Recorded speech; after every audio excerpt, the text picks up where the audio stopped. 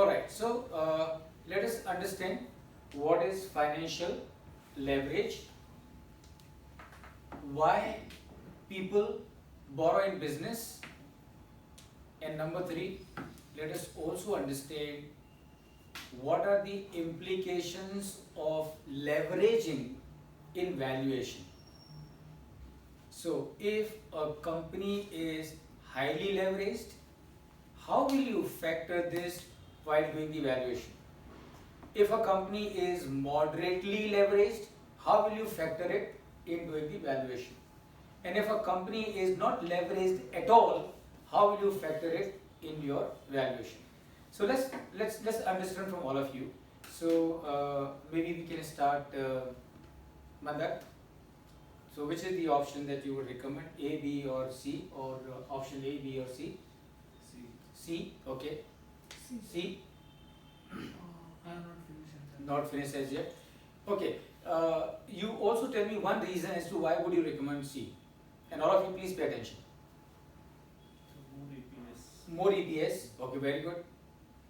More return on investment. More return on investment.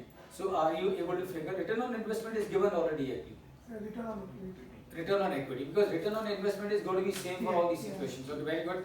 Vinod, C. C, and why C? Profit after tax is more. Profit after tax is more. Okay, in case of C, very good. Dhananjay? So I have not finished, but it looks like A option is going to. A is off. Okay, very good. And why A is better? Would you like to also answer that, Rishi? Because my calculations That are is- sorry. very bad, but I may have gone somewhere wrong. Okay, fine. No, not to worry. Shripal? Option A and B Are better. Huh. Okay, good. Both are better. Shrikant? C. C, and one reason is, yeah? Tax shield actually. Tax shield. Okay, very good. Tax shield. Mohit? Actually, sir, the fund-wise option A is better, but Yeah. EPS-wise option C is better. So which one will you go for as an investor? I would go for option C. Option C. And the reason why will you go for option C? EPS is higher. EPS is higher. Okay, very good. Rishikesh? So option C. Obviously. And reason Return on for equity is more. return on equity is same as what Praveen has said. 42%. Okay. C. C, and the reason? Tax shield and EPS I'm getting. Tax shield and the EPS are getting. Please join your hands. Give a big round of applause to everyone. Very good. Very good. Now, before we discuss and understand as to why people borrow in business, let us understand first thing first. And that first thing first is, please remember, when you borrow, you get money, no doubt about it. But with that money, you get two more things. And those two more things are the obligations. And what are the obligations? The obligation number one is the money that you are borrowing, the cash that you are getting on that loan, you have to pay interest. And not only you have to pay interest, but one day you also have to pay this money Principal also. back to the lender. And that is where is the risk. What is the risk? The risk is, if for some reason in future your EBITDA shrinks, that means you have no money to service the loan, you have no money for repaying the loan, your lender is not going to sit tight. He is rather going to make you tight. Because he would say, I don't care, you service interest to me. I don't care, you refund my money to me. And today the borrower is in bigger trouble. And why bigger trouble? Because today you have the IBC code. And we all know. So in case if a company fails even to pay one installment, forget about 3, 4, 5, 6, 7.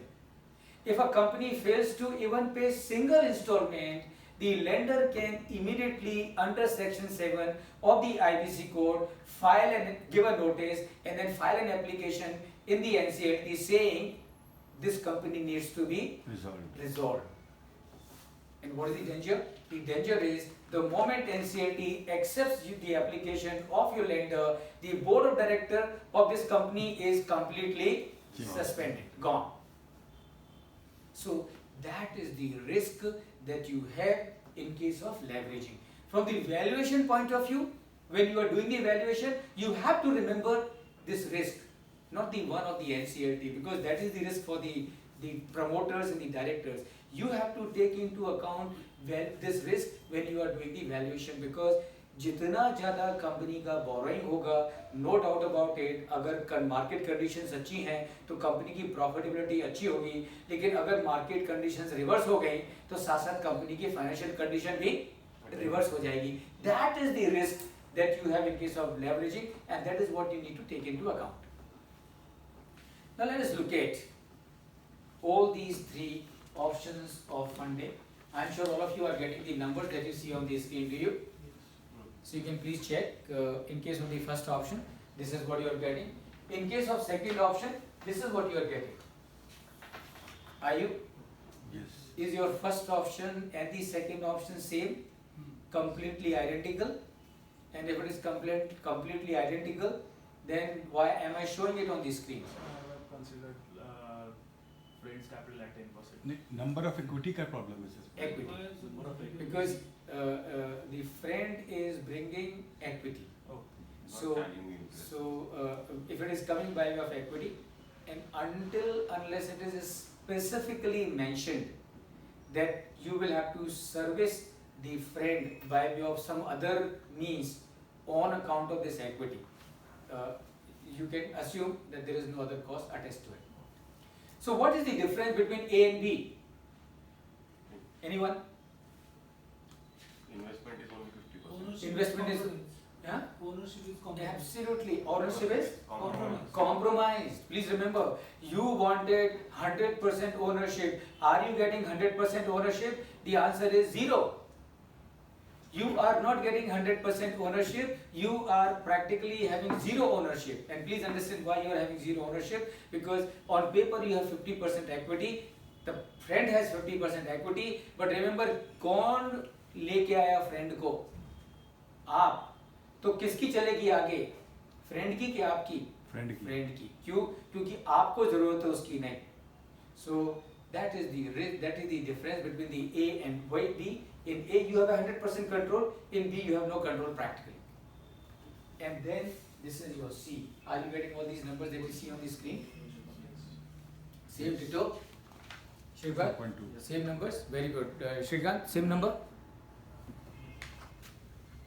Okay, in case if you have a doubt, you can please ask me. Anyone? So let us understand it quickly.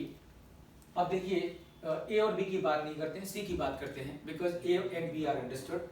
अब आप देखिए कि ये project cost है 300 की, it is given. Equity 100 million dollars, and number of equity shares also $100 million because every share is of $1. और date कितना हो जाएगा? 200. And your return on investment is how much? 30%. So your PBIT automatically becomes 90, which is given also. Since here you are borrowing, you have an interest. How much it is? 20. So your PBT becomes how much? 70. 70. Your tax rate is 40%. So your tax becomes how much? 28. 28. And your PAT becomes how much? 42. 42. And that means your earning per share becomes how much? 0.42. So please remember, people don't borrow because they do not have money. They borrow for 14 reasons. Some of the reasons you can see on the screen very quickly. If you borrow, your EPS goes up. If you borrow, your return on equity goes up. If you borrow, your return on capital employed also goes up. Now, what are the other benefits of borrowing? Let us understand them one by one. So, firstly, 100% control with 1/3 investment. Yes or no? Yes. Isn't it? 300 crore का project था, आपने कितना डाला? 100 crore. लेकिन 100% equity है आपके पास में, यानी कि पूरे बिजनेस का कंट्रोल आपके हाथ में. That's number 1. Number 2, unlocking of $200 million for other projects, assuming that you had $300 million. So you are able to get hold of this company by putting $100 million. So remaining $200 million are in your hand that you can use for investing in other projects. So you can have project 1, project 2 and project 3. Control on 3 companies instead of 1. $300 million एक company में लगा दिया, you will have control only on 1 company. $300 million you put into 3 companies, you will have control on 3 companies. Flexibility of financing and capital structure. दोस्त को लेके आए, दोस्त ने 50% equity डाला, कल को आपके पास में पैसा हो गया, आप दोस्त को बोल नहीं सकते कि भाई तू जा, तेरी जरूरत नहीं है. Can you? No. You cannot. And remember, अगर आपने दोस्त को बोला कि तू जा, वो तैयार भी हो जाएगा कि मैं जाता हूँ, पर ये मेरे शेयर तुझे नहीं बेचूंगा, मैं किसी और को बेचूंगा. एंड समझ लीजिए कि अगर उसने किसी और को बेचे जो कि आपका जानी दुश्मन है, और क्यों बेचेगा वो आपके जानी दुश्मन को? क्योंकि आपका जानी दुश्मन ये कंपनी के शेयरों को डबल भाव में लेगा. यस और no? Mind trick, absolutely mind trick, correct. So no flexibility in case of equity, but you have taken a loan of $200 million from State Bank of India. आपके पास में enough profit हो गया. One day you can call the MD of the State Bank of India and you can tell him, sir, thank you so much. Your help was very useful. I have got the money. I am paying your loan back one single day. And you pay the money and get free of the debt. So that is the flexibility that you have when you borrow. Saving of tax. अभी आप देखिए आपके number से, जब आपने borrow नहीं किया, you are paying tax of $36 million, and when you are borrowing, you are paying tax of $28 million. Yes. That means you are saving tax because you are borrowing. That is, remember, one more reason as to why people borrow. Benefit of diversification. $300 million एक project में लगाया, no diversification. $300 million 3 project में लगाया, automatically diversification. Why automatically diversification? तीन में लगाया, 3 project में लगाया, एक कंपनी डूब गई, 2 कंपनी अभी भी बाकी हैं. 2 कंपनी डूब गई, एक कंपनी अभी भी बाकी है. $300 million एक कंपनी में लगाया, वो कंपनी डूब गई, तो आप भी डूब गए. So risk reduction, higher return per share. You can see it. Higher wealth for shareholder. जिस कंपनी का EPS ज्यादा होगा, उस कंपनी की मार्केट प्राइस ज्यादा होगी. जिस कंपनी की मार्केट प्राइस ज्यादा होगी, उस कंपनी की शेयर होल्डर्स की वेल्थ ज्यादा होगी. Higher return on equity, as you can see, hedge against inflation and resultant reduction in value. देखिए आप, मैं एक चीज बताता हूँ, जब आप होम लोन क्यों लेना चाहिए आप लोगों ने? होम लोन आप लोगों ने इसलिए लेना चाहिए क्योंकि आपकी इनकम तो बढ़ती रहती है. Because your companies have to increase your salaries, assuming the companies are doing it right. Your companies have to increase your salaries because the salaries are linked with the inflation. But the rate of interest and the EMI is frozen once forever. So borrowing is a fantastic hedge against the inflation. तो आप समझ के लीजिए, ध्यान दीजिए, क्योंकि आपको बहुत बड़ा फायदा है बोरो करने में. होम लोन की बात कर रहा हूँ. बड़ा फायदा ये है कि आप जो EMI भरोगे 20वें साल में, अगर आप सोचने जाओ तो प्रैक्टिकली वो 20वें साल की जो EMI होगी ना, उसकी आज के हिसाब से कितनी वैल्यू है? 0, कुछ वैल्यू नहीं है. समझ रहे हैं? So borrowing also helps you to hedge against the inflation. Asset appreciation benefit. Borrowing reduce your cost of capital because borrowing is cheaper than the cost of equity. Borrowing improve the return on capital employed. आप देखिए, जब आप borrow नहीं करें तो आपका ROC कितना आया? 18%. जब आपने borrow किया तो कितना आया? 21%. So people borrow because it also improves. So these are the 14 reasons, friends, because of which people borrow. But as valuer, as financial analyst, as investment analyst, as business controller, as merchant banker, as banker otherwise, as financial experts, what you and I need to understand, you and I need to understand 4 more questions. And the question is, number 1, should a company borrow or should a company go for LBO? LBO is leverage buyout. A lot of companies do. So, a lot of companies, how do they go for the buyouts? They go for the buyouts by borrowing. So, borrow करके पैसा लेते हैं और फिर उस पैसे से companies को खरीदते हैं और फिर वो कंपनी चल जाती हैं तो उनका सब कुछ चल जाता है, नहीं तो फिर वो विजय मल्ल्या जैसे हो जाते हैं। This is what happens. When should it borrow and how much should it borrow and when to deleverage? So this is the question, these 4 questions I am throwing to all of you. So first question, you can answer below. Yes. Should borrow. Okay, very good. Which of course is a very simple question. Next question to you. When should a company borrow? At the time when company required. Okay. Diversification. Diversification. When expected return on investment is higher than a debt cost. Very good, fantastic. So diversification, and when the return is higher than the cost, and you said once again, when you need the money. Okay, when you need the money. I'm just Thinking, okay. When there are guaranteed returns. Then when they are guaranteed return, okay, very good. Same when there is a higher ROI than the cost of borrowing. Then they have, okay, very good. When you don't want to dilute your ownership. When you do not want to dilute your ownership, so okay, the borrowing helps you in keeping the control with you. When you want to retain the control in the. Okay, so same thing, you know, you don't want to dilute, yeah, go ahead. to use tax shield.